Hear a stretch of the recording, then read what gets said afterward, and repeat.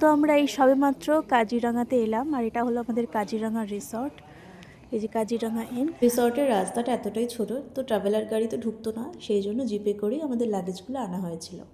তো আমরা এখন রিসেপশনে সকলে মিলে অপেক্ষা করছি, আমাদের ডকুমেন্টসগুলো চেক হচ্ছে। আর দেখো বিধান বেচারা টায়ার্ড হয়ে গেছে সেই সকালবেলা বেরিয়ে।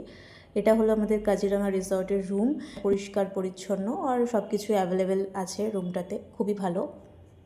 সেই সকালবেলা বেরিয়েছি কটায়, 7টা, আর এখন বাজে 5টা। মুখটার অবস্থাটা জাস্ট। তো এখন একটু ফ্রেশ হব, আমাদের দেখি ওয়ার্ড্রপটা ঠিকঠাক। হ্যাঁ, ও আবার এখানে লকার দিয়েছে।